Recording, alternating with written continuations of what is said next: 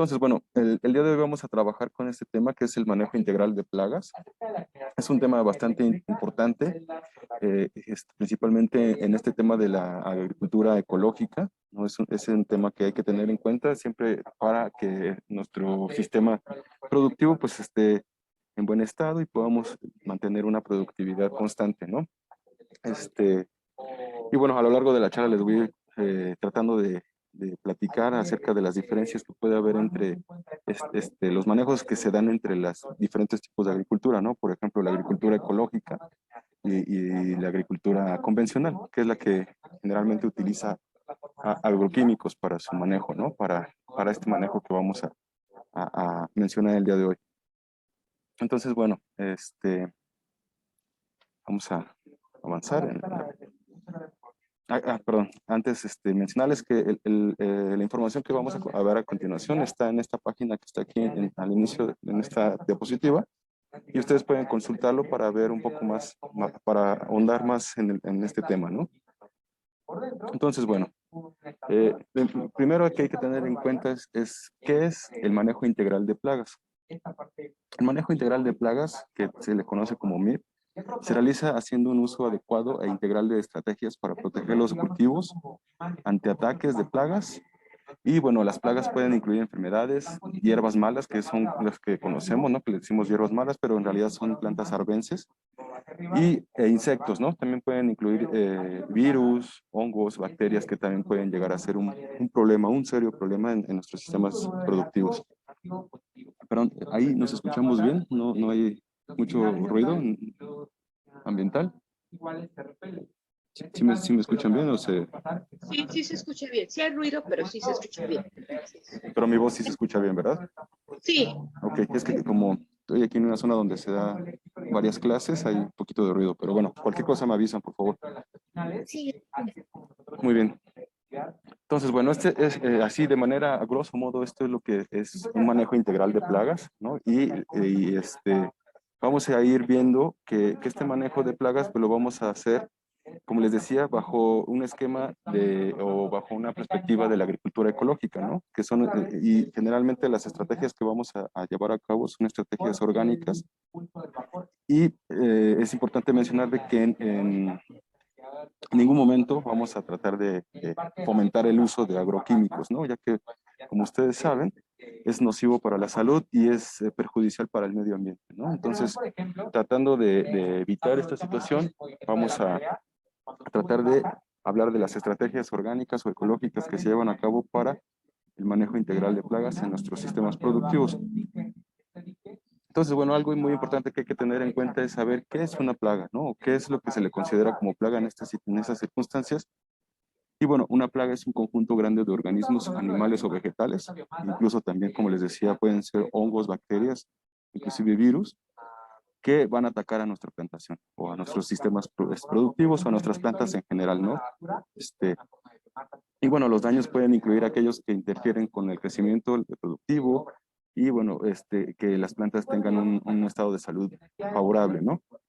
Y también, bueno, ya hablando como en términos económicos, pues las plagas pueden tener un efecto negativo en este aspecto, ¿no? En el económico. Y bueno, también hay que mencionar, o sea, en términos ecológicos, una plaga podría considerarse aquella población de organismos que su número pues sale de control, ¿no? Que se desequilibra, que está en desequilibrio con el medio en el que se desenvuelve, ¿no? Y eso es lo que ocurre principalmente en los sistemas productivos convencionales, ¿no? En la agricultura convencional.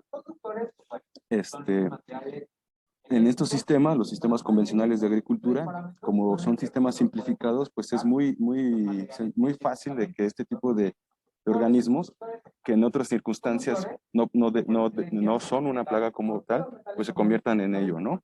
Por ejemplo, aquí les puse varios ejemplos de esto, ¿no? De los pulgones, los ácaros, las mosquitas blancas, algunos tipos de lepidópteros, ¿no? De hemípteros, que estas son las chinches estas que crecen bastante en los nopales.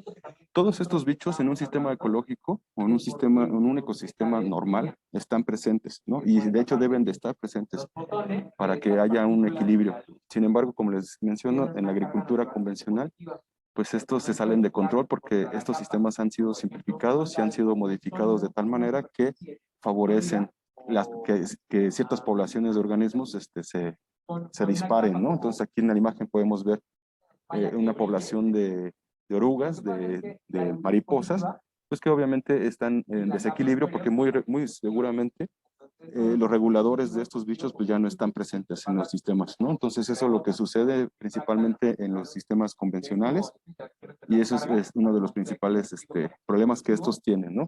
Pero como les digo, esto se debe principalmente a la simplificación de estos sistemas y eso pues tiene un alto costo, ¿no? La simplificación de los sistemas, de los agroecosistemas, pues conlleva a estas situaciones, ¿no? Que, por ejemplo, en el caso de las langostas, no sé si han escuchado las noticias, pues ha sido un gran problema, por ejemplo, en países como en África, que además estas poblaciones de organismos se disparan también a causa de los cambios ambientales que están sucediendo, ¿no? El cambio climático está favoreciendo esta situación y es importante también tenerlo en cuenta, ¿no? O sea, el cambio climático no solo es el cambio en las temperaturas normales, por así decirlo, del ambiente, sino que también va a influir en cómo ciertas poblaciones de organismos van a relacionarse o van a tener un efecto, pues, ¿no? En el sistema. Hasta acá no sé si tengan alguna duda. ¿Vamos bien? ¿Sí nos escuchamos bien todavía? Sí, todo bien. Gracias. Perdón que Solo les... cómo dijiste que se llamaba la hierba mala. Arbences, son hierbas arbences. Arbenz. Sí, Perfecto. ok. Pues vamos a seguir avanzando. Entonces, bueno, es importante saber por qué debemos de utilizar un manejo integral de plagas, ¿no? Digamos que de manera general podemos decir que un sistema integral de plagas nos va a ayudar a proteger la salud de nuestros cultivos, nos va a ayudar a prevenir y reducir el ataque de plagas, a disminuir el gasto de dinero y esfuerzo para remediar los daños suscitados, ¿no? Y también, bueno, va a ayudar a producir alimentos sanos y nutritivos, que eso es algo muy importante de tener en cuenta, ¿no?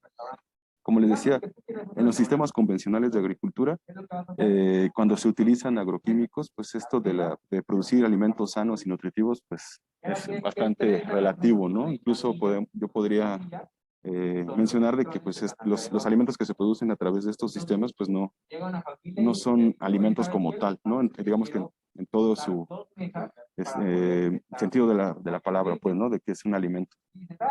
También otra de las cuestiones que es de suma importancia es no dañar al medio ambiente, ¿no? Que es fundamental y del cual dependemos para todo, ¿no? Entonces eso es importante y es por ello, en gran medida, que nosotros vamos a llevar a cabo un manejo integral de plagas.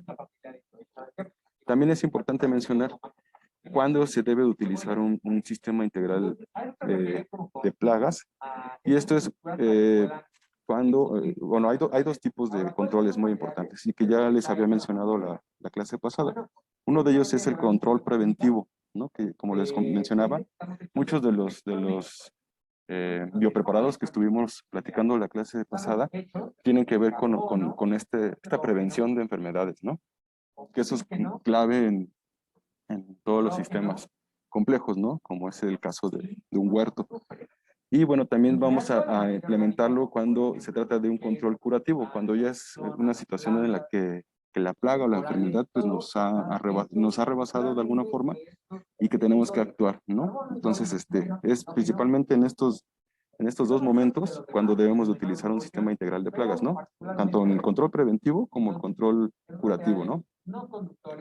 Y bueno, además un manejo integral de plagas con bases ecológicas, pues definitivamente es un sistema más sencillo y económico, ¿no? Porque los químicos, ahora con esta situación que está aconteciendo a nivel global, porque nos gusta, ¿no? La situación que está sucediendo, por ejemplo, en Rusia, ¿no? En esta cuestión de la guerra, pues se está afectando de una u otra forma, ¿no? Por ejemplo, en el tema de los fertilizantes, está viendo que se están encareciendo estos debido a esta situación y eso también va a hacer que los químicos que se utilizan para el control en la agricultura convencional también puedan incrementar de costo, ¿no? Entonces, bueno, estos son, digamos, los principales puntos por qué es que debemos utilizar un manejo integral de plagas con bases ecológicas, ¿no? Entonces aquí, perdón, aquí está lo que les mencionaba, ¿no? Se puede y debe utilizar en todo momento en el huerto, ya que el manejo integral de plagas contempla dos tipos de controles, como les decía, muy importantes, que es el control preventivo, que es digamos, en el que nos vamos a enfocar principalmente, y el control curativo, cuando ya tenemos encima una situación, ¿no? Y ya está un poco fuera de control. Entonces, bueno, existen diferentes tipos de controles. Uno de los principales o de los que debemos aumentar de alguna forma es el control biológico, ¿no? Y bueno, se consideran las estrategias posibles y, bueno, y se debe de escoger la más viable, ¿no? O la que más se adapte al sistema o a las circunstancias o el contexto en el que estemos nosotros, ¿no? Y bueno, se debe de hacer uso de los enemigos naturales, o que digamos en un sistema ecológico, pues como les decía, hay una serie de interacciones entre diferentes organismos y nosotros tenemos que favorecer estas interacciones ecológicas, ¿no? ¿Qué es lo que sucede de manera natural? Entonces, bueno, podemos hacer, por así decirlo, uso de ciertos organismos que se sabe tienen ciertas interacciones con otros bichos que ayuda a regular las poblaciones y mantener los equilibrios, como son las catarinas, las mantis, ¿no? Las mantis religiosas, las arañas inclusive, ¿no? Que hay muchas personas que le tienen fobia, ¿no? Y que es entendible, pues, pero que las arañas cumplen funciones ecológicas muy importantes dentro de un sistema biológico, ¿no? Como podría ser un huerto.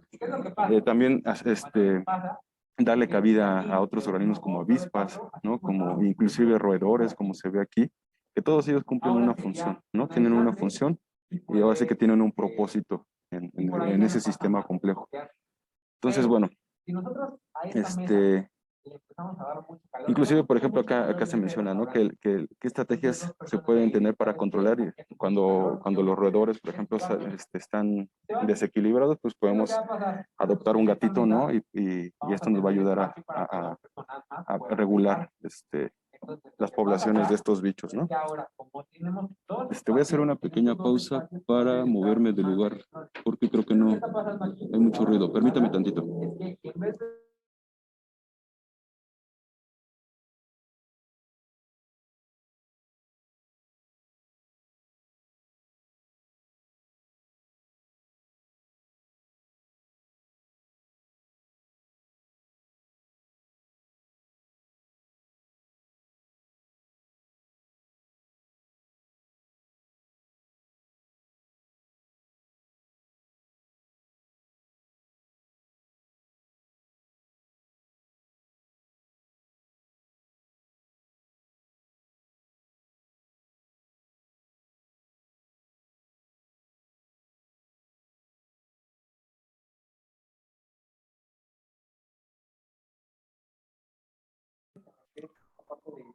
Listo. Es que les digo, hay otras clases y está un poco elevado el volumen del compañero y no quisiera ponerme ahí. Pero ahí me escuchan bien, ¿verdad? Sí, mejor. Sí, Sí se escucha. sí, perdón, es que el compañero habla muy fuerte y creo que no nos estamos escuchando bien. Bueno, entonces, bueno, estábamos hablando de los diferentes tipos de controles que podemos hacer dentro del sistema integral de plagas, manejo integral de plagas. Estaba comentándoles acerca del control biológico. Lo pusimos al principio porque pensamos que es uno de los principales controles que debemos de favorecer, ¿no? El control biológico, y créanme que es bastante efectivo, ¿no? Nosotros, por ejemplo, en nuestra experiencia, en el huertito que tenemos en su casa, en la azotea, que tenemos en Guacalitos, hemos visto que diferentes organismos contribuyen a mantener el control de los diferentes bichos que pudiesen establecerse y que pudiesen convertirse en un problema, en una plaga, ¿no? Por ejemplo, he visto, yo en particular favorezco que haya, por ejemplo, lagartijas, ¿no? Y he visto que las lagartijas me ayudan mucho al control de las hormigas, de los pulgones. También hemos puesto dentro del sistema de nuestro pequeño huerto, que es en una azotea, hemos puesto espacios de agua, ¿no? Como especies de estanques. Y esto atrae aves, pero las aves también tienen un efecto, digamos, positivo dentro de nuestro espacio, porque también hemos visto que se comen las orugas, ¿no? Se llegan a comer las orugas, llegan también a picotear a los pulgones, que también se alimentan de ellos. Entonces, es muy importante el control biológico porque es la forma más, si lo vemos en términos económicos, pues es la más económica de todas, ¿no?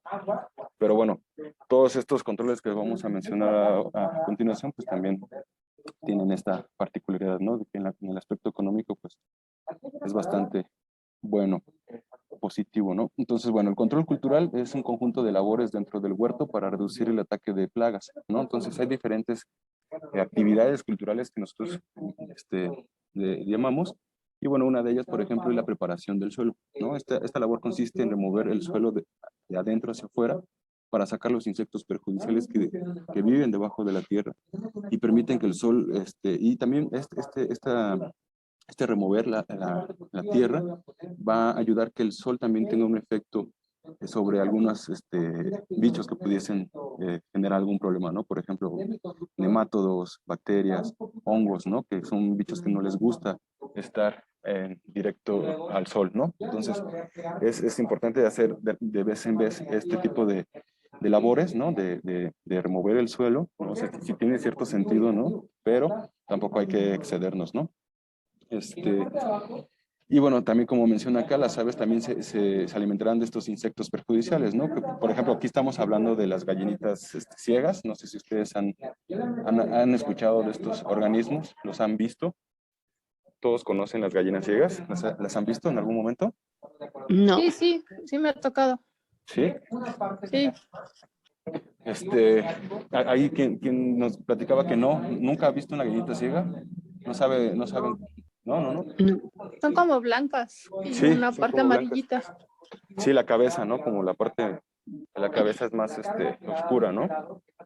Pues bueno, estas Sí. gallinas ciegas, por ejemplo, ¿no? Son larvas de escarabajos, ¿no? Ustedes han visto en la época de lluvias, los que les conocen como jicotillos, los escarabajos estos voladores que cuando éramos niños, en algunos casos los amarramos de una patita y los usábamos como papalotes.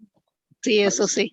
Pues son Pero ya esos. casi no hay, ¿no? Ya hay muy pocos. Se han reducido sus poblaciones, pero todavía existen. Ahí donde nosotros vivimos, acá por el Peñón Viejo, si es por Peñón Viejo, todavía hay poblaciones bastante importantes. Inclusive hemos encontrado buenas poblaciones de escarabajos, se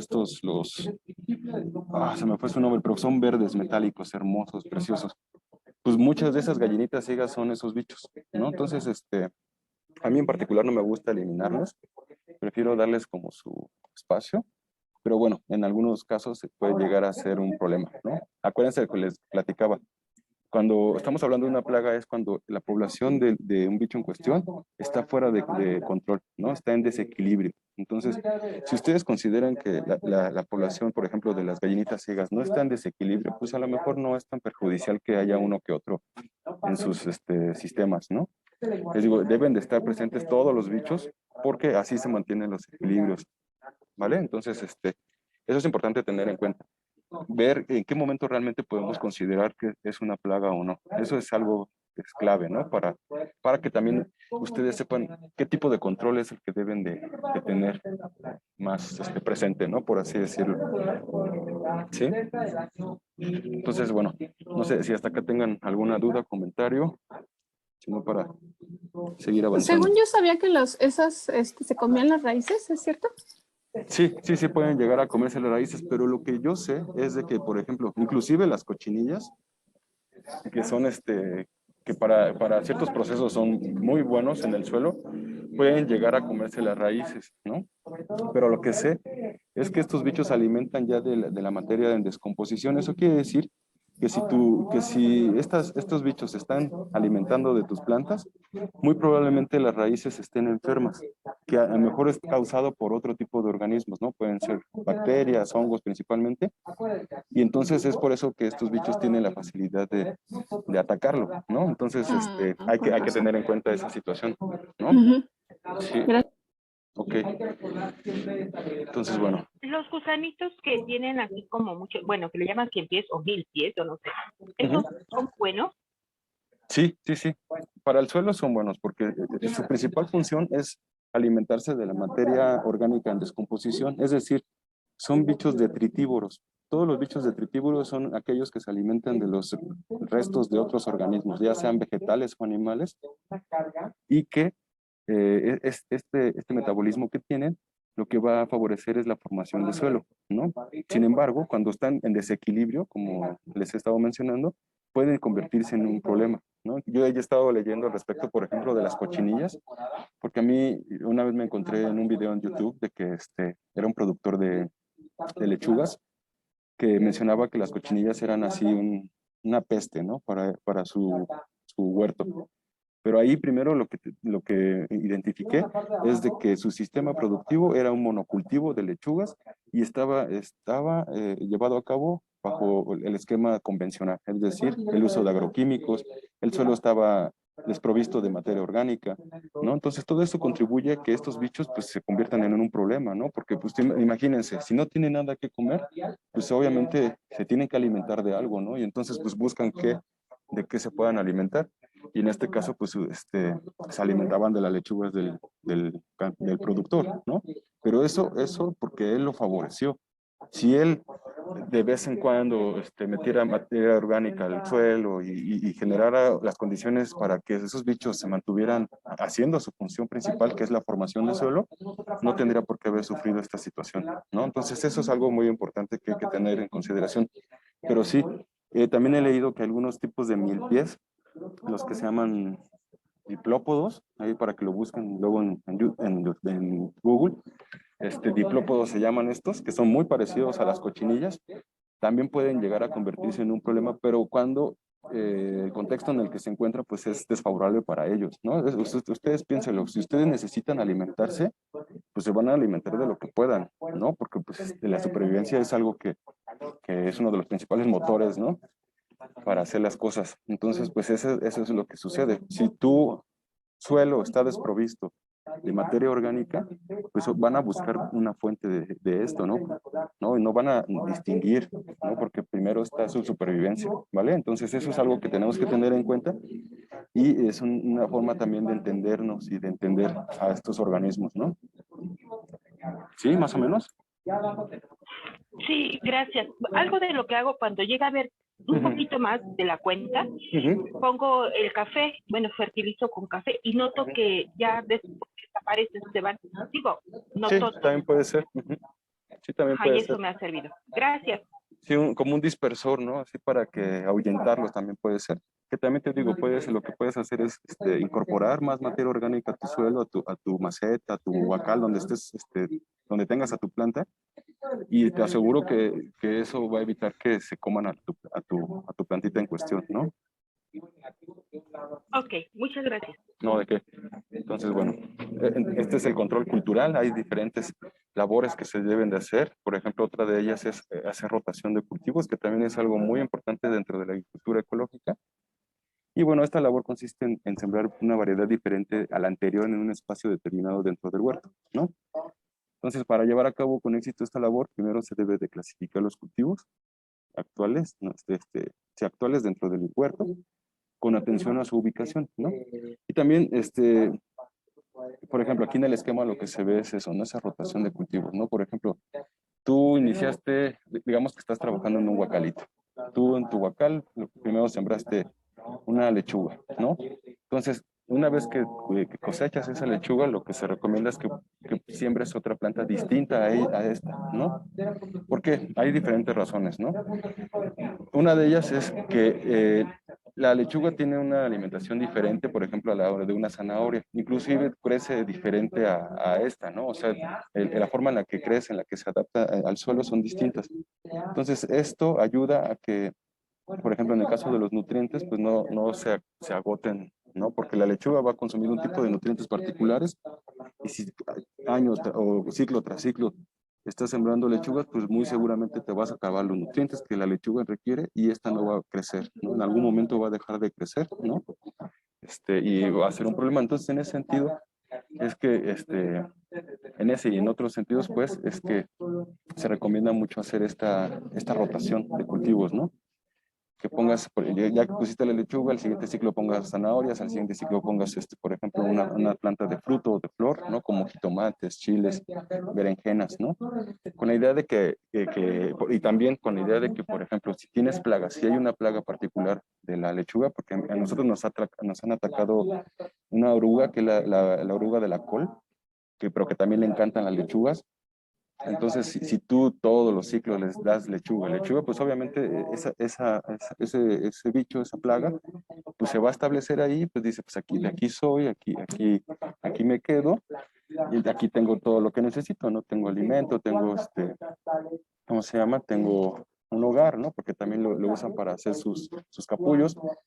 Pero si tú rotas, si tú cosechas tu lechuga y al siguiente ciclo en vez de lechuga pones una zanahoria o pones un jitomate, pues la oruga va a decir, oye, ¿qué pasó aquí, no? O sea, como le quitas esas condiciones que las favorecen, ¿sí me entienden? Entonces, por eso también la rotación de cultivos es algo importante en este caso, ¿no? ¿Sí, más o menos? Sí, Perfecto. Entonces, esta es otra de las labores culturales que se deben de realizar, ¿no? El laboreo de la tierra, la rotación de cultivos. Y bueno, ahora es bien importante distinguir entre diferentes tipos de hortalizas. Creo que todavía no hemos visto ese tema, no sé si lo vieron con Karen, si no lo checamos, pero es importante distinguir entre los diferentes tipos de hortalizas que hay, ¿no?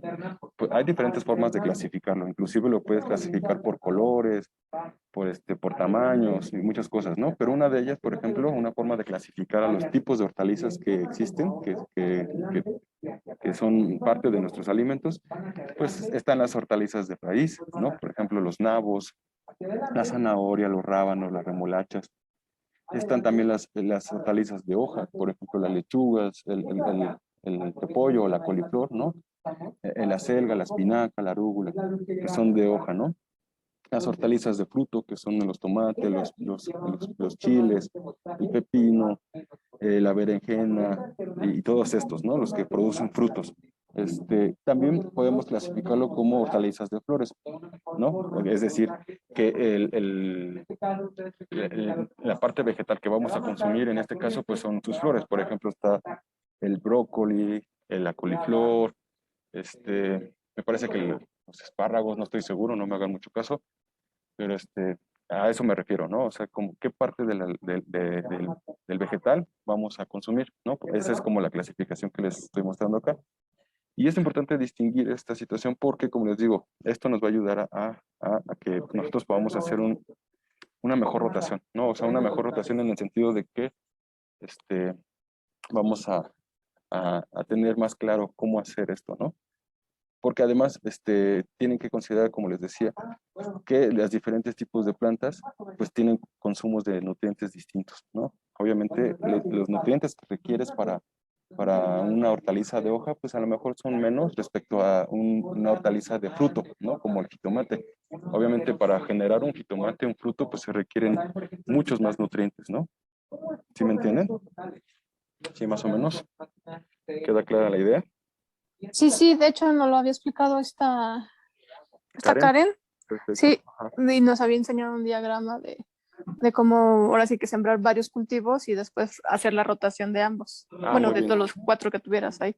Perfecto, sí, ok, no, qué bueno que ya lo checaron, porque sí es importante tener esto en cuenta para hacer una rotación de cultivos más apropiada, ¿no? Entonces, no sé si tengan dudas respecto de esta parte, antes de continuar. ¿Todo bien? Ahora, eso no quiere decir que el voltaje sea una cosa Bueno, entonces miren, otra de los controles culturales que se deben de llevar a cabo, ¿no? Que son muy importantes, pues obviamente es el abonado. El abonado consiste en esta cuestión de la fertilización, ¿no? Del aportar nutrientes a nuestro sistema. Eso es fundamental, ¿no? Si nosotros queremos que nuestras plantas no se enfermen y no sufran el ataque de plagas tan fuertemente, es importante que estén bien alimentados, ¿no? Y para eso, ese propósito, pues es importante hacer esta labor cultural que es el abonado, ¿no? Si está en sus posibilidades, el abonado, pues obviamente se recomienda que se haga con compostas, con lombricompostas, con bocachis, con materiales orgánicos en la medida de lo posible, ¿no? Entonces esto es muy importante porque el abonado químico pues no favorece muchos otros procesos que se llevan a cabo en el suelo, ¿no? Y en nuestras plantas. Entonces, cuando tú abonas con un fertilizante químico de síntesis química, pues sí, estás alimentando tu planta, pero estás olvidándote de todo lo demás, ¿no? O sea, del suelo, de los otros bichos que están ahí interactuando con tus plantas, ¿no? Con tu sistema. Entonces, pues nosotros les mencionamos que es muy importante que esta labor cultural pues la hagan con productos orgánicos, ¿no? Como les decía, las compostas, las lombricompostas principalmente, que son además de los abonos que podemos producir nosotros hasta cierto punto de manera sencilla, ¿no? Y en casa, por ejemplo, ¿no? Nosotros llevamos más de 8 años haciendo compostas y nos ha ido bastante bien, ¿no?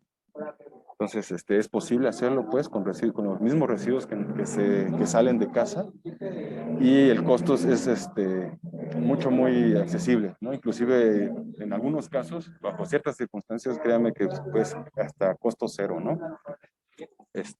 Y eso mencionalo porque, pues, ahorita la situación de los fertilizantes está muy compleja, cada vez están más caros y cada vez van a encarecerse más y escasearse además, ¿no? Entonces es algo que tenemos que tener en cuenta y además elaborar composta, el lombricomposta, pues favorece que no se contamine el medio ambiente, ¿no? ¿Vale? Sí. Ok. Otro de las labores culturales importantes, pues es el deshierve, ¿no? Pues ahí estamos hablando de estas plantas arbences que les mencionaba, que nosotros estamos tratando de dejar de hablar de malas hierbas, porque muchas de esas supuestas malas hierbas, en el contexto mexicano, por ejemplo, en cuanto a la milpa, muchas de esas malas hierbas que en la agricultura convencional se les considera como tal, son los quelites, ¿no? No sé si ustedes han tenido oportunidad de comer algún tipo de quelite, que seguramente que sí, ¿no? No sé, por ejemplo, El epazote, ¿no? el epazote puede ser uno de ellos, por supuesto. ¿Qué otro conocen por ahí? El- Uy, ay, no me... El que te venga a la mente.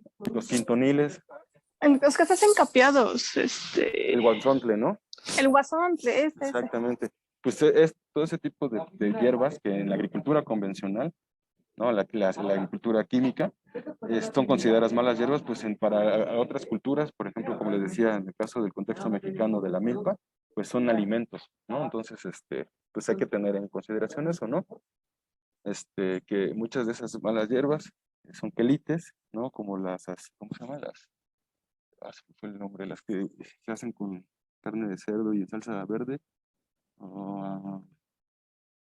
Ah, se me fue el nombre, muy feo. ¿Verdolagas? Verdolagas. Esas también son de estas arbences, ¿no? Que crecen ahí junto a nuestro cultivo principal. Los quelites, el quintonil, el nabo, que es un quelite delicioso, que de verdad que es muy, muy bueno y además, en cuanto al valor nutrimental de muchas de estas plantas, pues es muy alto, ¿no? Muy, muy alto. Por ejemplo, el quintonil, el nabo, todas esas plantas son muy ricas, por ejemplo, en hierro, en magnesio, en este tipo de nutrientes y micronutrientes que son clave para nuestro buen funcionamiento, ¿no? Entonces, también es importante que cuando ustedes hagan esta labor de deshierve, también sepan identificar ciertas plantas para que a lo mejor puedan aprovecharlas, ¿no? A lo mejor no es el cultivo principal que ustedes están estableciendo, pero el hecho de que salgan ahí, pues ya ayuda de alguna forma, ¿no? Pues nosotros, por ejemplo, hemos tenido muchas veces que de repente se llena, en la época de lluvia se nos llena otra vez se me fue el nombre de esta planta que me dijiste, ¿cómo? Verdolagas, ¿no? En la época de lluvias hay mucha verdolaga y esas nosotros no las sembramos, ¿no? Casi que salen solas, entonces pues nosotros podemos hacer uso de esas verdolagas y aprovecharlas, ¿no? Entonces pues creo que es importante identificar estas plantas que podríamos también aprovechar, ¿no? Pero bueno, esta labor cultural del deshierve consiste en retirar estas plantas arbences que se encuentran en tu huerto, ¿no? Que no son el cultivo principal que tú estableciste, con la intención de que estas no compitan con tu cultivo principal, ¿no? Y que esa es una de las principales razones. Y muchas otras razones, pues. Otra de ellas podría ser, por ejemplo, que a lo mejor en esta planta pueden establecerse bichos que pudiesen convertirse en un problema, ¿no? En una plaga, no sé, pulgones, pero que también en algunas estrategias ecológicas se usan a estas plantas para atraer a estos bichos y que digamos que no caigan en el cultivo principal, ¿no? Entonces, ahí hay que jugar con esa situación, ¿no? Generalmente el deshierve se tiene que hacer cuando ya las poblaciones de estas plantas pues ya están fuera de control, ¿no? Por así decirlo, ¿no? Entonces ahí es donde podemos hacer esta labor cultural. Otra de las labores culturales que hay que tener en cuenta es el aporcado. Y esta labor consiste en amontonar tierra alrededor del tallo de la planta principal, ¿no? O sea, de la planta del cultivo principal, ¿no? Por ejemplo, puedes hacer esta labor en tus jitomates, en el maíz, inclusive en los frijoles o en otras plantas. Y esto lo que va a favorecer es que la planta eh, tenga un mejor crecimiento, ¿no? O sea, que tenga un mayor apoyo en cuanto a donde está establecida y que también a su vez puedas suministrarle más nutrientes, ¿no? Entonces, es una labor importante, por ejemplo, en el caso del maíz, es una de las principales labores que se lleva a cabo, el aporcado, el suministrar un poco más de tierra, ¿no? Por ahí, Patricia, ¿tienes alguna duda? Perdón. ¿Todo bien?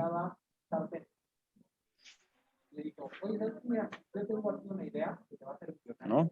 ¿Dudas? ¿Comentarios hasta acá?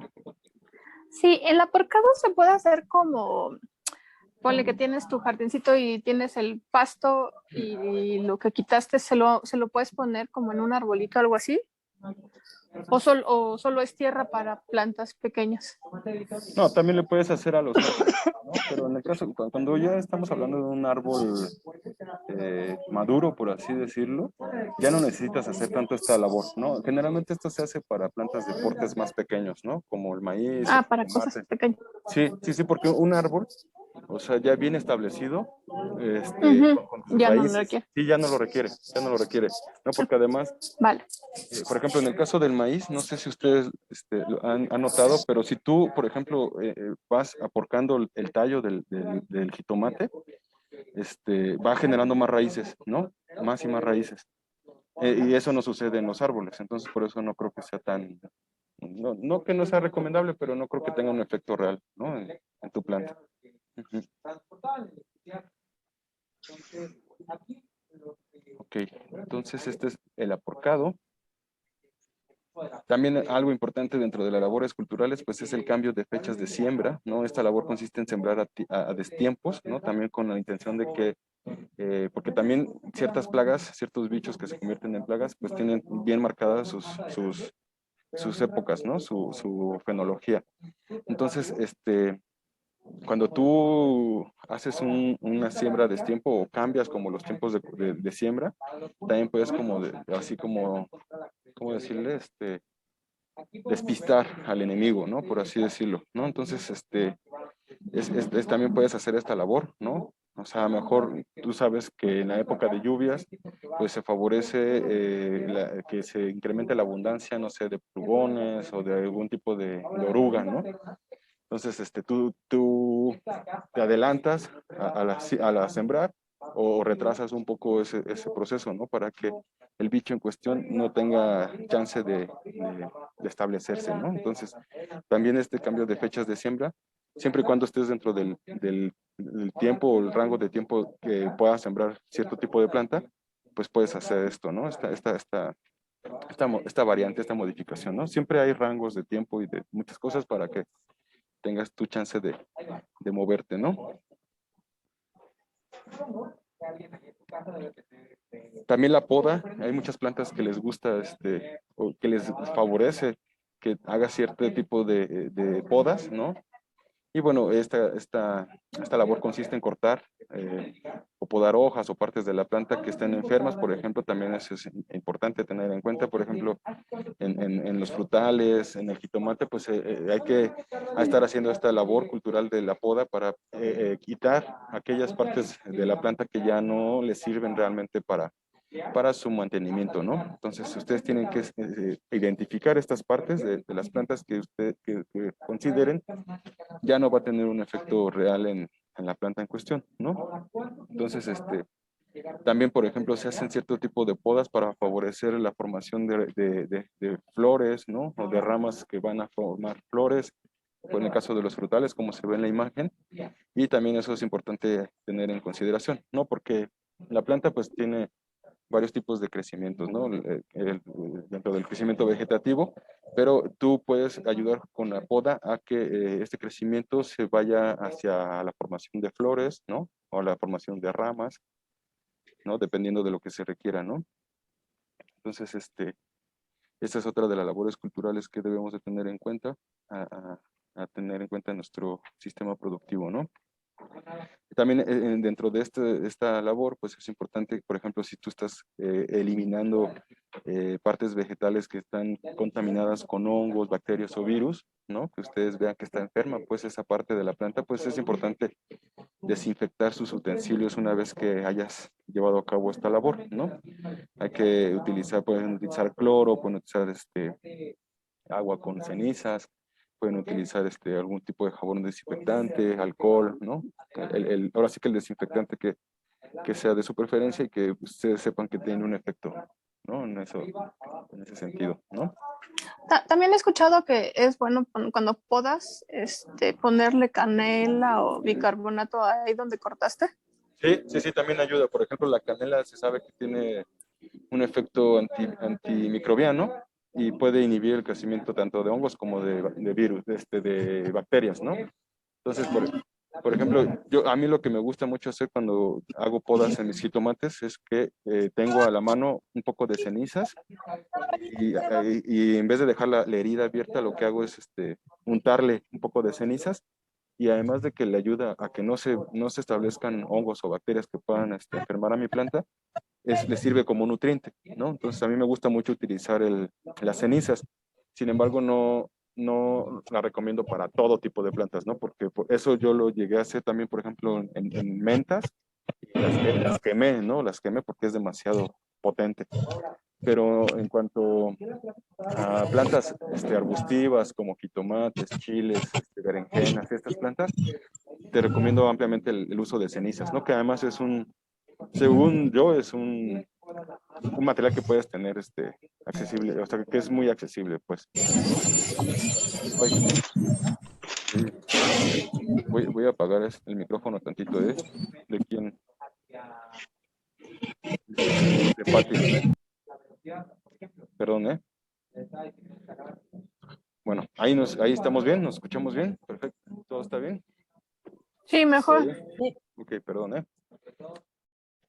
Ok, entonces eso es en cuanto a las podas, ¿no? Que es otra de las labores culturales que podemos llevar a cabo. Y también, bueno, es importante considerar el uso de buenas semillas, ¿no? De unas semillas que estén saludables, ¿no? Y bueno, esta labor consiste en verificar que las semillas que nosotros vamos a utilizar para sembrar nuestras plantas en nuestros huertos no estén sucias, ¿no? Que no estén enfermas o que ustedes consideren que tengan algo raro, pues, ¿no? Que ustedes identifiquen que pudiese estar enferma, ¿no? No sé si han tenido oportunidad de hacer la limpia de los frijoles y este tipo de cosas. Obviamente cuando estás limpiando los frijolitos te das cuenta que si está picada, que si le falta un pedazo, ¿no? Que si tiene algún tipo de crecimiento. Todo eso pues hay que aplicarlo también para las semillas que vamos a utilizar en nuestros huertos, ¿no? Y es muy importante porque si llegase a estar infectada, por ejemplo, con algún tipo de hongo o con algún tipo de bacteria, pues estas van a proliferar una vez que la planta germine, ¿no? Que la semilla germine, perdón. Entonces es importante verificar que sus plantas, sus semillas estén estén en buen estado, ¿no? Que no estén contaminadas, que no tengan algún tipo de bicho ahí, ¿no? Que esté presente. Y también, en la medida de lo posible, pues se recomienda comprar semillas certificadas y que estén de proveedores confiables, ¿no? A lo mejor de algún amigo que ustedes tengan de otro huerto o que lleve algún tiempo trabajando en esta cuestión, ¿no? De la agricultura urbana, a lo mejor pues pueden recurrir a ellos, ¿no? O sea, ya hay bastantes personas que se dedican a esta situación. Nosotros, por ejemplo, tenemos un pequeño banco de semillas que cuando gusten podemos platicar de ello y tratamos de que nuestras semillas estén en buen estado, ¿no? Para que a quien se las compartamos o lo que sea, pues no tengan alguna mayor dificultad, ¿no? Para su buen manejo. Entonces eso es importante.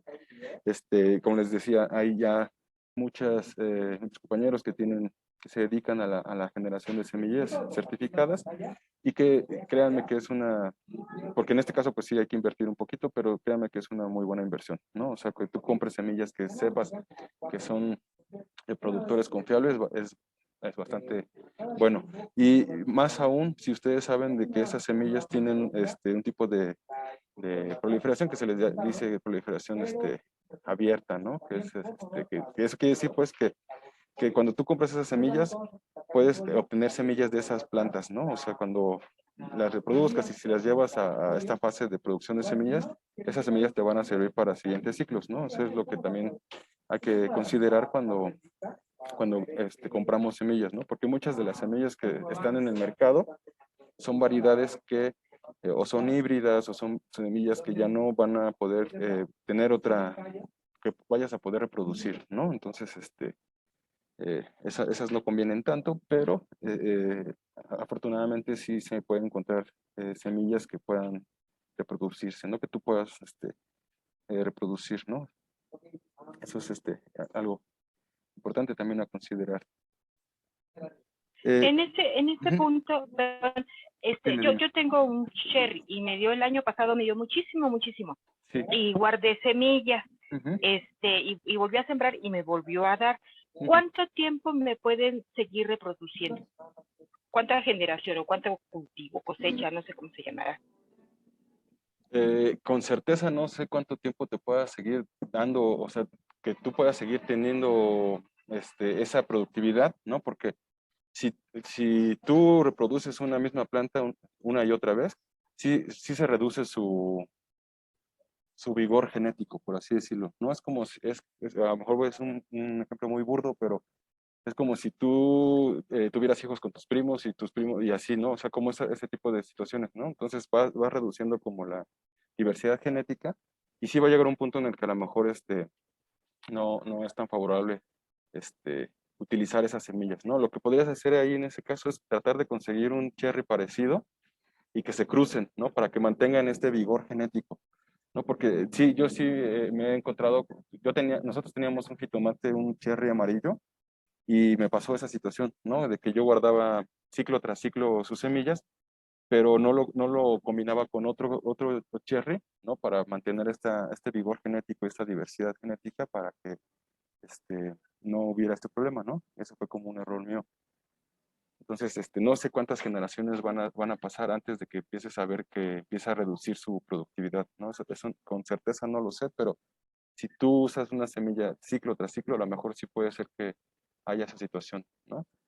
En el caso, por ejemplo, porque a lo mejor ustedes pueden pensar ahí, pero los campesinos que lo hacen generación tras generación con sus propias semillas, ¿por qué no les sucede esto, no? Porque ellos sí hacen intercambios de semillas entre productores, ¿no? A lo mejor el productor de la loma, y tú vives en la parte del valle, y son condiciones distintas, ¿no? Y eso se guarda como información genética en las semillas y es una variabilidad, ¿no? Entonces el campesino siempre lo que ha hecho para mantener ese vigor lo que ha hecho es intercambiar semillas, ¿no? Entonces ahí lo que te recomiendo es eso, ¿no? Que intercambies semillas con otros productores y que mezcles tus plantas, ¿no? Que se mezclen con otras.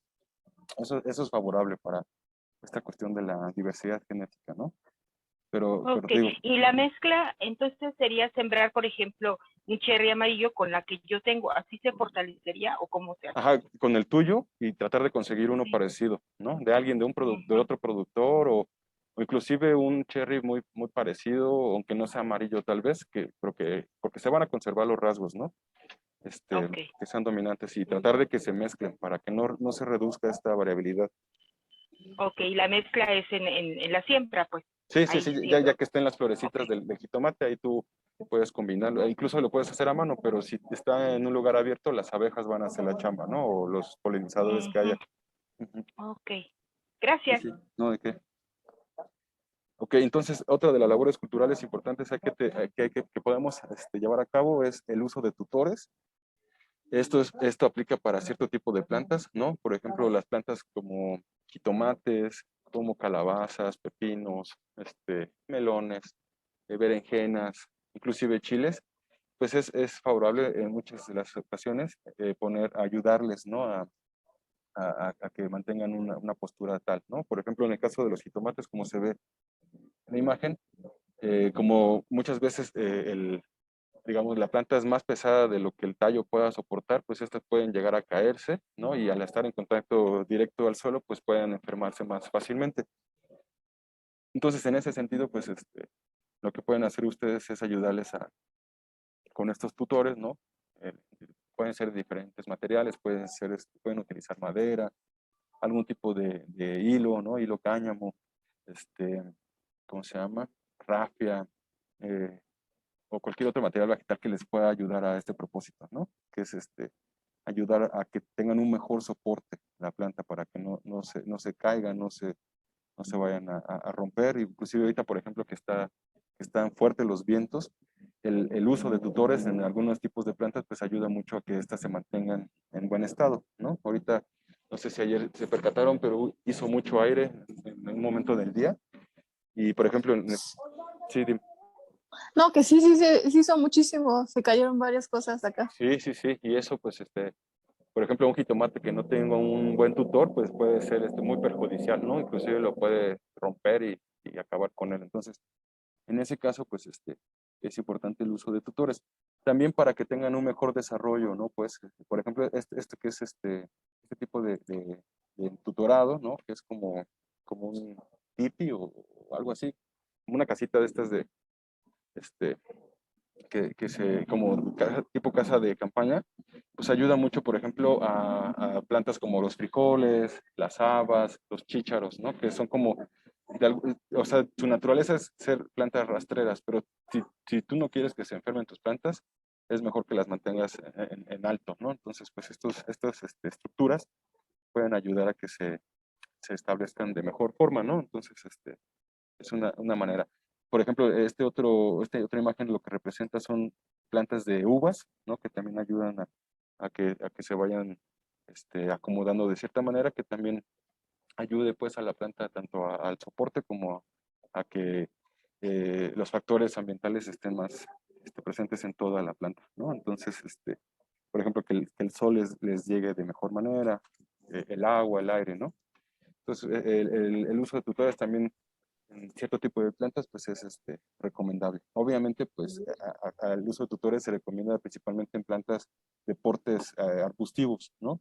Por ejemplo, no vamos a poner un tutor para una lechuga o para este, ¿cómo se llama? Para una espinaca, que no lo requieren, ¿no? En realidad, porque esas sí son plantas que son plantas con otros portes, pues, ¿no? Son hierbas del suelo, ¿no? Básicamente. Entonces también es importante identificar qué plantas son las que requieren de estas estructuras, ¿no? De los tutores.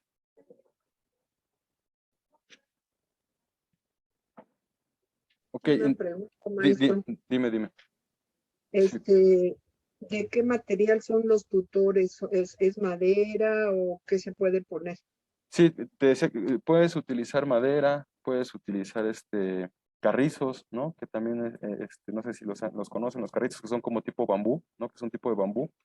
Es muy Sí, bueno, los carricitos son buenos porque son flexibles. En el caso, por ejemplo, de jitomates, yo he utilizado rafia, que no es tan recomendable porque, por ejemplo, en esta época de vientos, pueden llegar a estrangularse y a trozarse, ¿no? Entonces, o sea, traten de utilizar el material que no le vaya a hacer, no vaya a ser perjudicial para la planta, ¿no? O sea, que lo vaya a estrangular o que tenga algún efecto negativo en ella, ¿no? Pero generalmente te Metal, digo, ¿no, maestro? ¿mande? Metal, ¿no? Mm, O fierros, no sé, puedes utilizar tal vez varillas, fíjate, varillas, varilla. ¿no?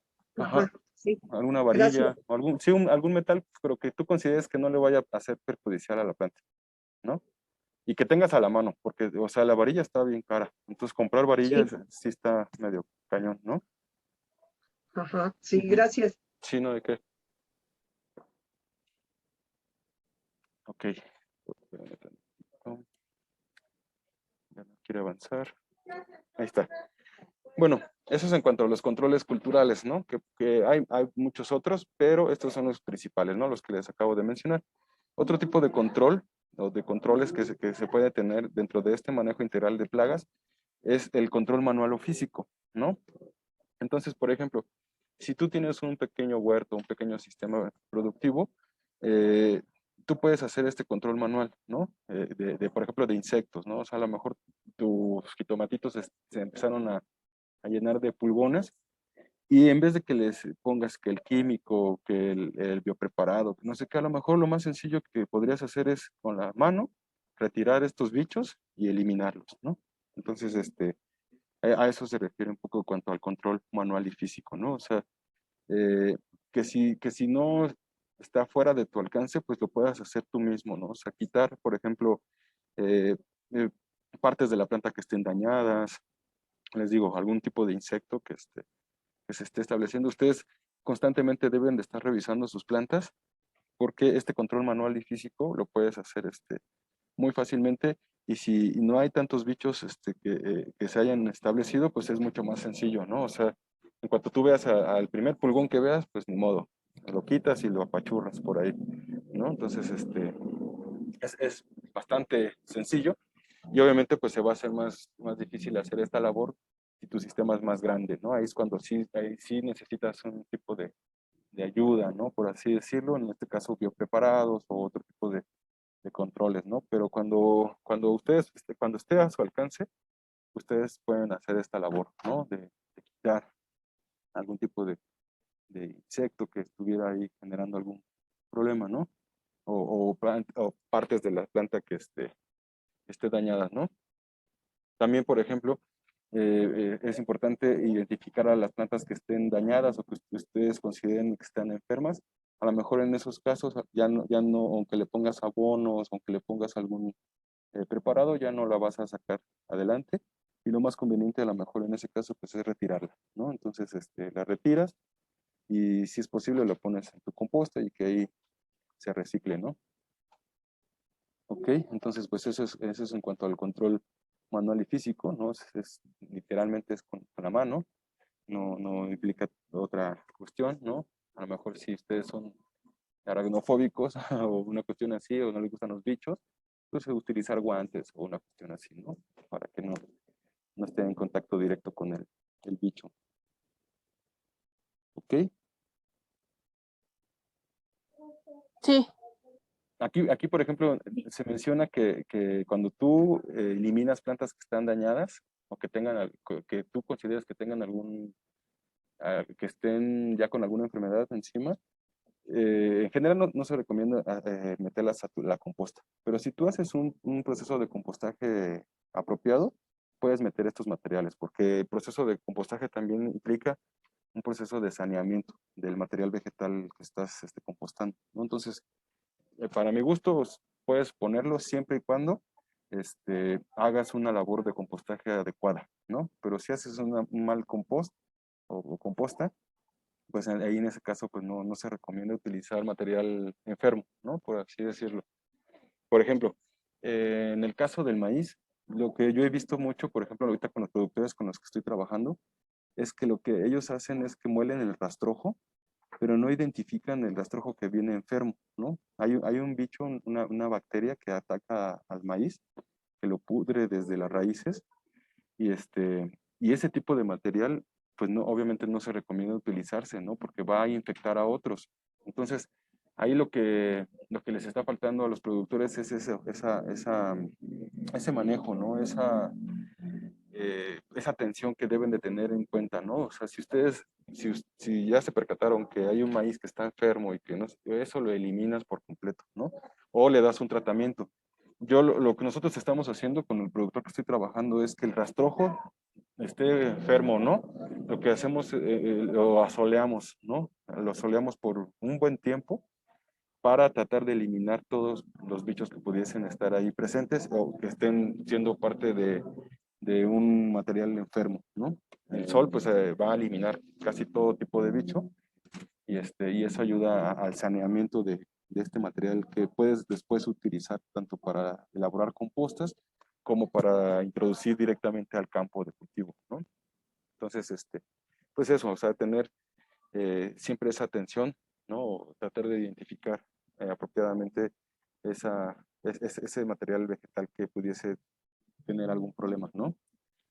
¿Vale? ¿Sí más o menos queda claro eso? ¿O lo sí se bolas? Sí, eso yo lo había escuchado, bueno, como recomendación, que Ujú, después de que tienes tu cultivo, ujú, bueno, ya cosechaste y todo, y a lo mejor dejar orear la tierra ujú, por unos 3 días, bueno, estarla moviendo ujú. en el sol, y eso va a ayudar también como preventivo, ¿no? Para eliminar plagas, Sí, también bichitos. puede ayudar. Sí, sí, sí. De hecho, ahorita vamos a ver algo parecido. Sí. Miren, de la solarización, ¿no? Que es un tipo de labor que consiste en hacer uso de la radiación solar para eliminar algún tipo de bicho que pudiese convertirse en un problema, como son insectos, nemátodos, ¿no? Por ejemplo, para mí este remedio, este control, me parece muy efectivo para los nemátodos, ¿no? Son como lombricitas, ¿no? Los nemátodos estos que menciono son como lombricitas pequeñas que comen las raíces de las plantas sanas y son un problema, ¿no? Y son bien difíciles de atacar, ¿no? Entonces, la solarización, como mencionabas, la podemos favorecer utilizando por ejemplo, si es un espacio pequeño, ¿no? Porque si esto lo quieres hacer en 1 hectárea, 2 hectáreas, pues obviamente que es hasta ridículo, ¿no? Pero si tu espacio es pequeño, pues funciona bastante bien, ¿no? Entonces puedes a favorecer esta solarización utilizando un pedazo de plástico, ¿no? De nylon negro para favorecer que se incremente la temperatura y por temperatura pues eliminar cierto tipo de bichos, ¿no? Como le decía, nemátodos, hongos, bacterias, inclusive de semillas de las plantas arbences que no queremos que surjan, ¿no? Entonces, bueno, pero esto es más o menos entre comillas de lo de las plantas arbences porque estas son súper resistentes, de hecho están adaptadas a estas condiciones, a condiciones adversas, ¿no? Entonces a lo mejor para eso no es tan efectivo, pero para eliminar nemátodos, hongos, bacterias, eso sí, si haces una buena solarización, pues es bastante efectivo, ¿no? Porque tanto hongos como bacterias, inclusive estos nemátodos, pues sí son muy sensibles bueno, sí, sensibles a la luz directa del sol, ¿no? Y al calor. ¿Ok? Entonces, este es un tipo de estrategia que se puede implementar, ¿no? Y bueno, yo también lo que le recomiendo acá es que si van a utilizar, porque también es un poco drástico, ¿no? Porque este tipo de estrategia o de control no va a distinguir entre bacterias buenas, ¿no? Y bacterias malas, por así decirlo, ¿no?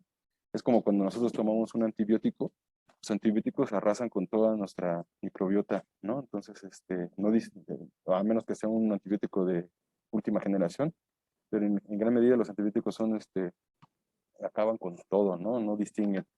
Entonces, esta técnica también, de alguna manera, también tiene esa problemática y entonces yo lo que les recomendaría que si ustedes llegaran a hacer esta labor, este control, es que lo hagan ya en un contexto de que ya no les queda de otra, ¿no? O algo así, ¿no? Que es muy importante tener en cuenta esa parte, porque les digo, eh, obviamente que el sol no va a distinguir entre bichos buenos y malos, va a cumplir su efecto y puede llegar a ser perjudicial en el aspecto de que a lo mejor también reduce las poblaciones inclusive de hongos y bacterias que son benéficas para nuestras plantas, ¿no? Nuestros suelos. Entonces, es un control que yo, por ejemplo, en gran medida lo utilizaría para cuando nuestro terreno está, ¿no?, infectado, por ejemplo, de un hongo muy patógeno o de nemátodos principalmente, ¿no? ¿Vale? Otra Sí, técnica que se puede implementar es el uso de agua caliente y fría, que también obviamente esto va a ser utilizado en un sistema pequeño, ¿no? Porque obviamente esto no lo podemos aplicar en áreas, en superficies grandes, porque pues es bastante difícil, entonces no, se recomienda pues, para espacios pequeños, ¿no? Entonces podemos utilizar agua caliente, 10 litros por metro cuadrado, ¿no? Y esto va a ayudar a eliminar hongos, bacterias y algunos tipos de huevecillos de algunos bichos que pudiesen ser un problema, ¿no? Igualmente, en este caso, en estas dos, en estos dos controles, la solarización o el uso de agua caliente o fría, yo lo aplicaría ya en un caso casi extremo, ¿no? De que ya no me queda de otra, ¿no? De que es como una solución medio drástica y pues aplicar esta cuestión, ¿no? También pueden, como les decía, aplicar agua fría, 10 litros por metro cuadrado, ¿no? Como control de nidos subterráneos, por ejemplo, de hormigas, podría ayudar también. Pero si esto, les digo, si ya ustedes utilizaron otros controles, otras soluciones y ven que de plano no se pudo, pues vamos a darle otro tratamiento, que es estos dos, ¿no?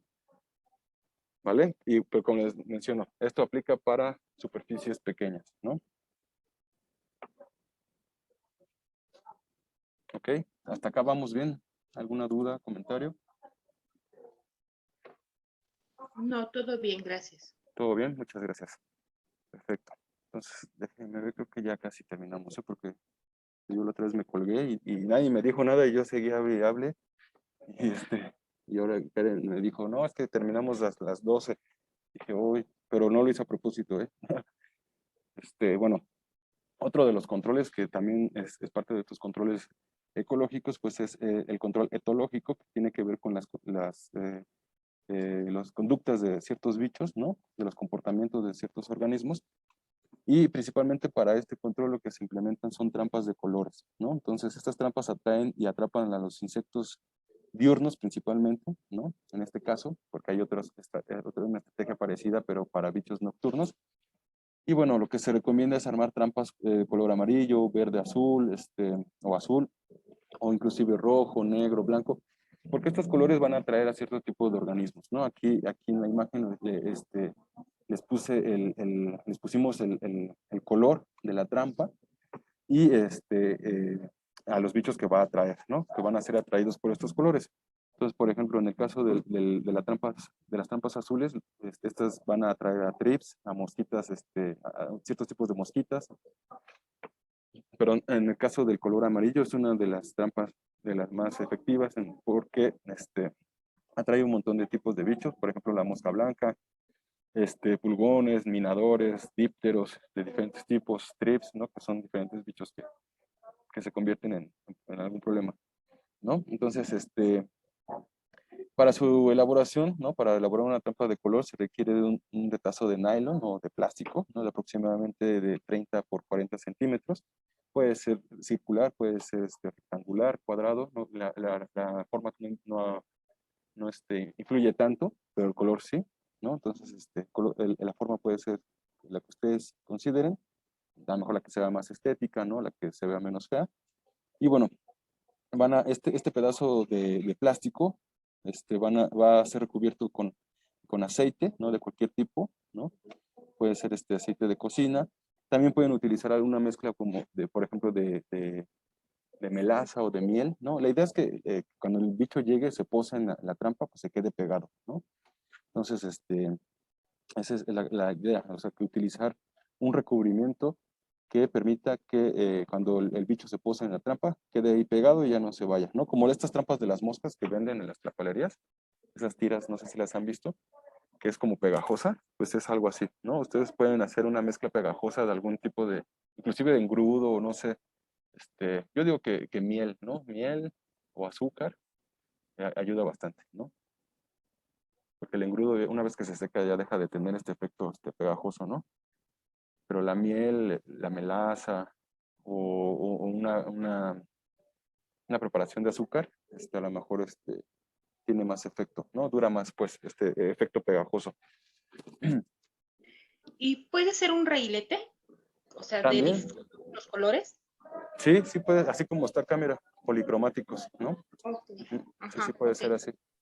Perfecto. Ujú. Entonces, estas son las trampas de control etológico, ¿no? Las trampas de colores.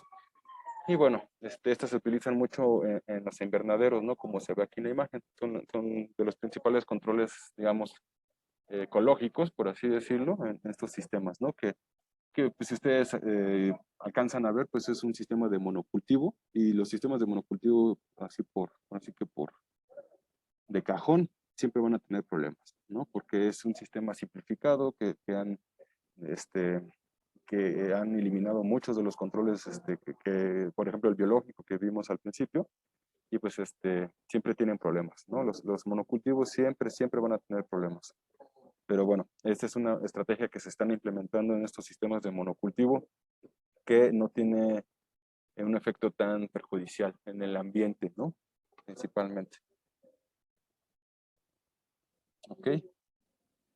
Entonces, Una pregunta, ¿dónde puedes encontrar esto del nylon? ¿O puedo usar cualquier sí, puedes utilizar cualquier plástico? plástico. Ajá. O sea, trata de utilizar un plástico que tú sepas que bajo el sol va a durarte un cierto tiempo, ¿no? Porque los plásticos en general, por su propia naturaleza, se fotodegradan, ¿no? Entonces, Claro. solo trata de buscar un plástico que no se degrade tan rápido, ¿no? Inclusive podrías, no sé, pintar un pedazo de madera tal vez, ¿no? O por ejemplo, lo que puedes utilizar, las tapas de los botes, de estos de 20 litros, puedes recortar como el centro y esas duran un montón, ¿no? O de un bote que ya o sea, no tenga que comprar, que sea como materiales de reuso, ¿no? ¿Qué otro puede ser? Es que las bolsas se degradan rápido. El foamy. A lo mejor también puede ser foamy. Sí, no sé qué tanto dure bajo el sol, fíjate, pero puede ser el foamy. Ajá. Entonces nada más le embarro la miel y Sí, ya. sí, lo embarras con una brocha, lo Ajá. embadurnas y lo pones, ¿no? A mejor cada cierto tiempo hay que embadurnarlo para que tenga este efecto pegajoso, ¿no? Porque una cosa es que atraiga al bicho, pero pues si no se queda ahí atorado, pues de nada sirve, ¿no? Sí, sí. Entonces, cada cierto tiempo hay que estarlo como recambiando, revisando de que tenga este efecto, ¿no? Claro, sí. Ujú. Gracias. Sí, bueno, ¿ustedes ven estas líneas que yo veo aquí también? Sí. Aquí sabe de dónde salieron. Pero bueno, no sé cómo quitarlas. Pero, bueno, hay otra trampa que tiene que ver con este control etológico, que les digo, tiene que ver con las conductas de los bichos. Y están estas trampas de luz, ¿no? Que se usan para los bichos nocturnos principalmente, ¿no?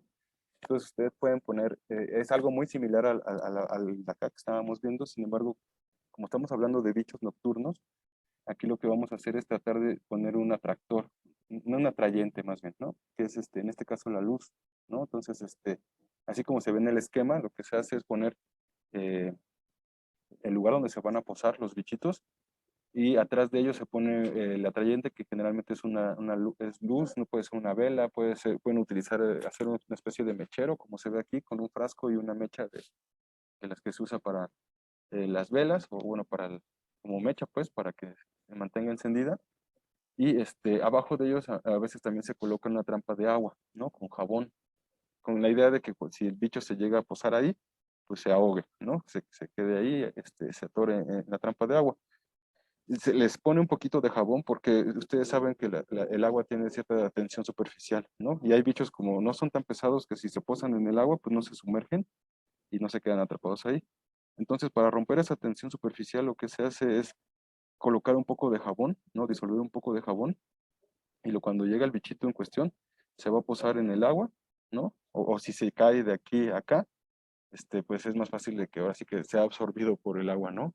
Que esta tensión superficial ahora no le ayude a que se salve, ¿no? Entonces, Es así como se hacen estas trampas. Aquí tiene estos aditamentos, pues, ¿no? Hagan de cuenta que es casi lo mismo que estas trampas de colores que están colgantes, pero con la diferencia de que se les va a poner un atrayente, principalmente para bichos nocturnos, y una trampa extra, que es en este caso una trampa de agua. Inclusive la pura trampa de agua, ¿no? Así con el jabón, como les decía, no mucho, nada más que ayuda a romper la tensión superficial, ¿no? Una pequeña, un poquito de jabón es suficiente para muchos bichos.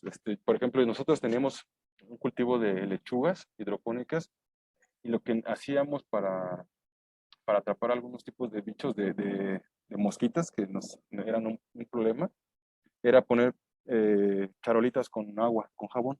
Entonces llegaban, se posaban y hasta ahí llegaban, ¿no? Y son muy efectivas estas trampas de agua o estos trampas de colores. De hecho, para las investigaciones ecológicas en campo, para los estudiantes de biología y los que se dedican a esta situación, la parte ecológica, pues se ayudan de este tipo de aditamentos para hacer sus estudios, ¿no? Son bastante buenas, bastante efectivas, ¿no? Entonces, miren, aquí les damos algunos datos, ¿no? Por ejemplo, si tu huerto mide menos de 100 metros cuadrados, solo necesitarás una trampa, ¿no? De este tipo, ¿no? Si es más grande, coloca hasta dos, ¿no? Necesitas una trampa por cada 100 metros cuadrados aproximadamente, una trampa de estas características, ¿no? Que puede ser medio metro, ¿no? Como una especie de raqueta como de medio metro o 1 metro cuadrado, ¿no? Más o menos, por decir algo, ¿no? Entonces, si ustedes lo ven, pues es bastante efectiva, ¿no? O sea, tiene un poder de control de 100 metros cuadrados, por así decirlo, ¿no? O sea, tiene un efecto bastante bueno. Entonces, pues estas son las trampas de luz. También hay Y trampas de también, Evo. Dime, sí. y también se le pone miel al plástico. En este caso sí, sí, Ajá. sí. Ah, ok. Gracias. También lo que sucede, y por eso es que también se combina con la trampa de agua, es que el bicho, el bicho Ajá. va a ser atraído en este caso por la luz, ¿no? Aquí el Sí. color de la trampa no es tan importante, Ah, ¿vale? ya. Ajá. Inclusive puede ser una tela color blanca. Ajá. El asunto es que deje pasar la luz, ¿no? O sea, lo que va a pasar Sí. es que el bicho va a ir volando tal vez a toda velocidad y Ujú. es que se va a dar un Va a tope ahí, chocar. va a Ajá. chocar y va a caer en el agua. Esa es la idea. Porque el Ah, ok. atrayente en este caso no es el color, es la luz, La ¿no? luz. Ajá. Ujú, exactamente. Ok, gracias. Sí, no sé si ustedes han visto, por ejemplo, en algunas zonas donde en las noches pues, está prendida la lámpara y están ahí revoloteando que las palomillas y los moscos, todos estos bichos, ¿no? Pues es algo así. Sí, también como en la tele, ¿no? Ahí van y chocan. Sí, sí, sí, La exactamente. televisión en la noche ya. Sí. Ujú, exactamente. Ah, Ese ok. es el efecto. Ujú, Ah, ok, gracias. sí. Están también estas trampas cebos, ¿no? Que son que van a atraer y atrapar insectos diurnos y nocturnos. Y bueno, los cebos son sustancias que por un aroma van a atraer a diferentes tipos de insectos, ¿no? Entonces, algunos ejemplos de estas sustancias incluyen, por ejemplo, frutas podridas, ¿no? Que están en descomposición, jugos de frutas fermentadas, por ejemplo, eso va a atraer a mosquitos, de estos chupadores de sangre. También pueden poner cáscaras de fruta mezcladas con azúcar o con una gaseosa dulce, ¿no? Algo que ustedes sepan que atrae a los bichos. Inclusive pueden utilizar cerveza, ¿no? Por ejemplo, para los caracoles o ¿cómo les llaman a los que no tienen cáscara, caparazón? Los tlaconetes, que son las babosas, pero Vamos. sin su caparazón. Les gusta mucho, o sea que son súper cheleras y les gusta la cerveza, ¿no? Y entonces ustedes pueden poner una trampa de este estilo. En el caso de las tlaconetes o babosas, pues va a ras de suelo, ¿no?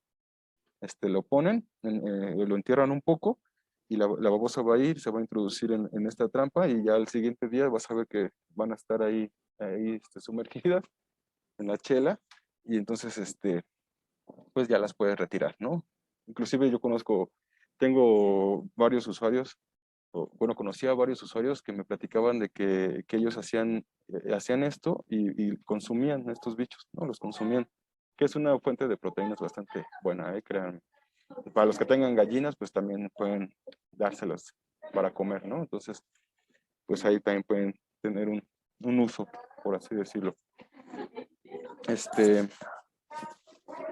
Bueno, para armar la trampa se utilizan bases reciclados, ¿no? Que es la idea también, mucho de estas cuestiones es de que nosotros podamos utilizar materiales de reuso, o bueno, algún otro tipo de material, ¿no? Por ejemplo, pueden ser botellas de PET, pueden ser botellas de aceite, de yogur, ¿no? De algún material o recipiente que favorezca este proceso, ¿no? Y bueno, en el caso de los bichos voladores, pues se ponen así, ¿no? En alto, como se ve aquí en el esquema. Y bueno, también se recomienda dejar puestas la trampa de un envase para que el insecto no pueda escapar, ¿no? O sea, va a entrar el bichito y a lo mejor se le va a poner un poquito de agua con jabón para que cuando se posen ahí se queden, ¿no? Ahí se ahoguen.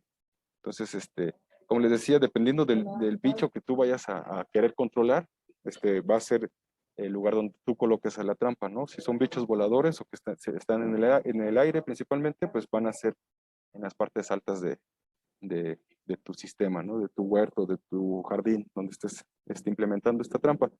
Si son bichos rastreros, como les decía en el caso de los caracoles o de los flaconetes, pues van a ser a ras de suelo, ¿no? Semi-enterrados, ¿no? Y con un espacio para que obviamente puedan entrar y se puedan quedar ahí, ¿no? ¿Vale? Y bueno, el control con productos naturales, que en gran medida ya estuvimos trabajando la clase pasada, ¿no? Que es estos biopreparados, pues hay un montón de extractos caseros que son hechos a base de plantas, principalmente, y también podemos utilizar como controles, ¿no? Naturales, fumigando nuestros cultivos, por ejemplo, ¿no? Y bueno, estos productos no son nocivos para la salud, siempre y cuando los hagas de manera apropiada, y tampoco van a tener un efecto negativo en el ambiente, ¿no? Entonces eso es importante tener en consideración y que es lo que les decía al principio, que la mayoría de las estrategias que estamos tratando de, de recomendar, pues deben de ser aquellas que no tengan un impacto negativo tanto en la salud humana como en la salud del ambiente, ¿no? Entonces eso es importante tener en cuenta. Y en ese sentido, está platicando con Karen respecto a la parte práctica, ¿no? Yo les había comentado que de los ejemplos que estuvimos revisando la clase pasada, pues de tarea, ustedes hicieran alguno de ellos. Y bueno, y si no lo han hecho, pues no importa tanto, pues, no es que tengan que entregar a fuerza una tarea, pero sí es importante que lo practiquen. Pero en ese sentido estábamos pensando que íbamos a elaborar jabón, ¿no? Ya ven que les estuve diciendo varias veces que el jabón potásico. Entonces, en ese caso, estamos pensando en una clase práctica donde les vamos a enseñar a elaborar jabón potásico, ¿no? Porque en varios de los ejemplos de las recetas que les compartí la vez pasada, les mencionaba de que se puede utilizar este jabón potásico, ¿no? Y es mucho menos agresivo, por así decirlo, que los jabones comerciales, porque nos guste o no, este jabón que les comentaba del Carisma, del Tepeyac, del Sote, pues tienen algunos componentes que sí pueden ser perjudiciales para el ambiente, ¿no? Inclusive para nuestras plantas, ¿no? Entonces, la idea que tenemos Karen y yo es que ustedes aprendan a hacer su propio jabón potásico, y les vamos a enseñar cómo elaborarlo. Entonces estoy pensando para la clase que viene el viernes, ustedes qué posibilidad tienen de tener los materiales. Son muy básicos los materiales que se necesitan, pero ¿creen que se pueda conseguir? ¿Cómo cuáles son? Para ver si sí. Ok, necesitamos aceite, puede ser aceite de cocina. A nosotros nos gusta mucho el aceite 123, no es por hacerles comercial, pero es un muy buen aceite. Tiene las características deseables para hacer un jabón. Aceite, agua, obviamente el agua es muy fácil de conseguirlo, bueno, relativamente. Y no es cierto, potasa, ¿no? La potasa sí la tendrían que conseguir en alguna tienda particular.